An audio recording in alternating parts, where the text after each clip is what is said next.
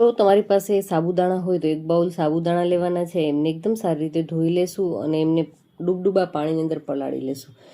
Overnight અથવા તો 8 થી 10 કલાક માટે એમને પલળવા રાખી દેશું. હવે 3 નંગ ટમેટાના મોટા મોટા પીસીસ કરી લેશું. મિક્સી જારની અંદર એમને ક્રશ કરી લેશું અને એમને આ જ્યુસ ગાળવાના ગરણાની અંદર સારી રીતે ગાળી એમના બીજ અને છાલનો ભાગ દૂર કરી લેશું. આપણા સાબુદાણા પણ સરસ પલળી ગયા છે, તો એમાંથી થોડાક સાબુદાણા છે મિક્સી જારની અંદર લઈ થોડું પાણી નાખી ક્રશ કરી લેશું અને એમને આપણે સાઈડ પર રાખી દઈશું. હવે એ જ મિક્સી જારની અંદર 2 મોટા સાઇઝના બટેટા બાફી અને લીધા છે, એમને આપણે પાણી નાખી અને ક્રશ કરી લેશું અને આ રીતની પેસ્ટ છે એ તૈયાર કરી લેવાની છે.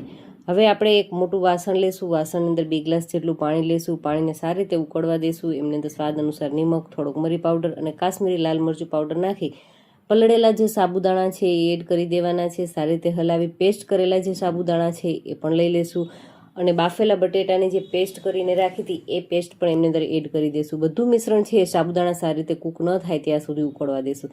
ત્યારબાદ જ આપણે એમની અંદર ટમેટો પ્યુરી છે એડ કરી દઈશું અને 2 થી 3 મિનિટ માટે એમને સારી રીતે કૂક થવા દેશું. હવે એમને એકદમ મિશ્રણને ઠંડુ થવા દેશું, કારણ કે પ્લાસ્ટિકની શીટ પર આપણે એમના પાપડ તૈયાર કરવાના છે, વેફર્સ તૈયાર કરવી છે. તો એમને સારી રીતે ઠંડુ થઈ ગયા બાદ આ રીતે એમને વેફર્સ છે તૈયાર કરી 2 દિવસ તડકાની અંદર સૂકવી લેશું અને ગરમા ગરમ તેલની અંદર જ્યારે પણ વ્રત ઉપવાસ હોય કે ક્યારેય પણ કંઈ ચટપટું ખાવાની ઈચ્છા થઈ તો બસ ગમે ત્યારે ફ્રાય કરો અને આમનો ફૂલ વિડીયો વોચ કરવા માટે થઈ નીચે જે ક્લિક કરો, પૂરી ડિટેલમાં માહિતી મળી જશે.